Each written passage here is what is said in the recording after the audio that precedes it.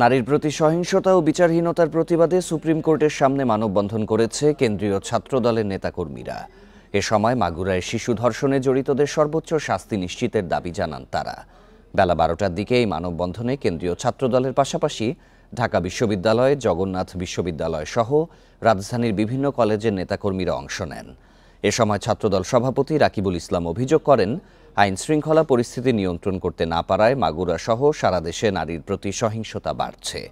অপরাধীদের বিচার করতে না পারায় নিয়ন্ত্রণ হচ্ছে না অপরাধ। তিনি বলেন, 7 মাস পরও অবস্থার কোনো উন্নতি না হওয়ায় সব দায় অন্তর্বর্তী সরকারকেই নিতে হবে। মাগুরার ঘটনা সরকারের ব্যর্থতার ইঙ্গিত বলে দাবি করেন তিনি।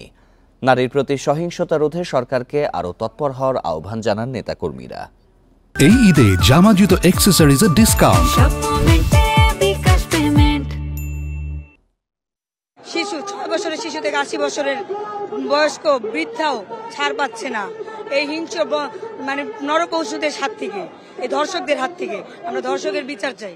সারা দেশে অব্যাহত নারীর প্রতি সহিংসতা, বাসে ধর্ষণের ঘটনা ঘটছে এবং অধিকাংশ ঘটনাগুলো সুষ্ঠু তদন্ত এবং বিচার নিয়ে যারা ভুক্তভোগী তারাই সন্দেহ প্রকাশ করছে এবং এই ধরনের অপরাধ দিনের পর দিন, মাসের পর মাস চলতে পারে না।